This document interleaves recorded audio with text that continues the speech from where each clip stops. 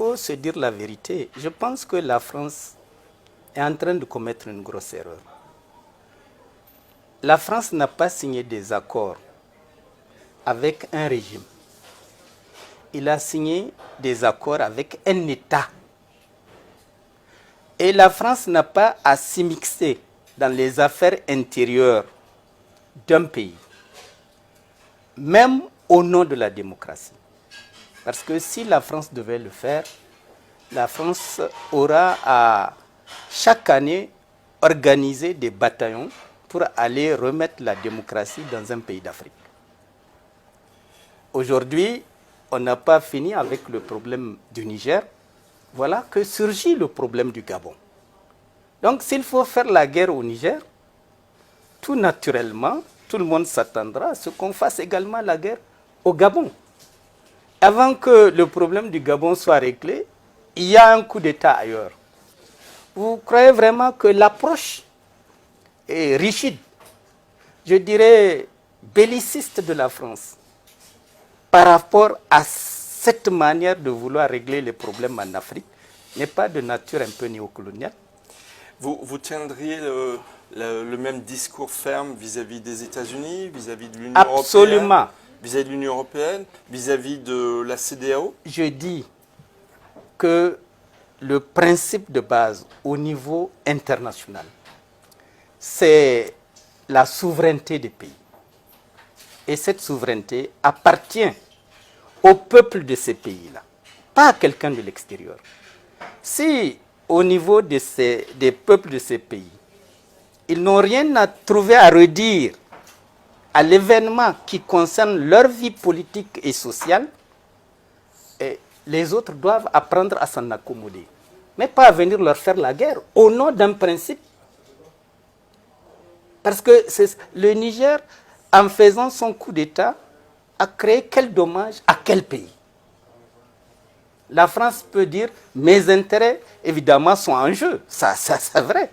Mais est-ce par la force que la France peut entretenir des rapports qui vont préserver ses intérêts avec le Niger?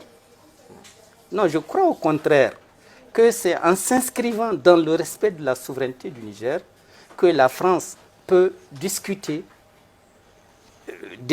avec les nouveaux gouvernants, ils peuvent même attendre simplement que les dirigeants civils démocratiquement élus, comme ils disent, soient en place pour rediscuter avec eux des modalités de la présence de la France dans le territoire.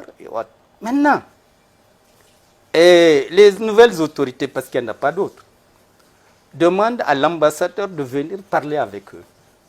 L'ambassadeur dit officiellement qu'il ne les reconnaît pas. Mais s'il ne les reconnaît pas, à quoi servira sa présence au Niger? S'il ne peut pas parler avec les putschistes, ne fût-ce que dans l'intérêt de Bazoum, à quoi sert sa présence au Niger? Donc il est là actuellement comme un immigré sans papier au Niger, puisqu'il n'est plus ambassadeur. En tant que Nigérien, je dis qu'on doit respecter la souveraineté de notre pays. Donc je pense que c'est une erreur de la France de dire à son ambassadeur de ne pas aller répondre à la demande qui a été faite par les militaires pour discuter avec M. Ité. S'il refuse d'y aller, il n'est plus ambassadeur.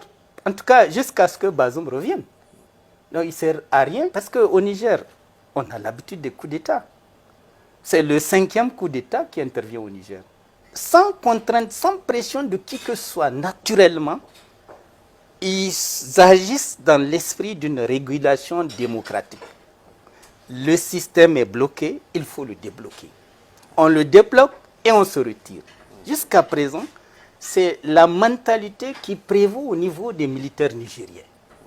Donc moi, je ne doute pas qu'ils s'inscrivent dans la même logique parce que les Nigériens, vous voyez comment les populations sont sorties. Au début, on dit non, c'est Niamey, c'est le chef de l'opposition, donc ça s'explique. Mais quand jusqu'aux plus petites communes du Niger sortent pour soutenir les militaires, le discours devrait changer. Ce n'est plus une affaire de l'opposition. Ce n'est pas une affaire de régionalisme. Ce n'est pas une affaire d'ethnicisme.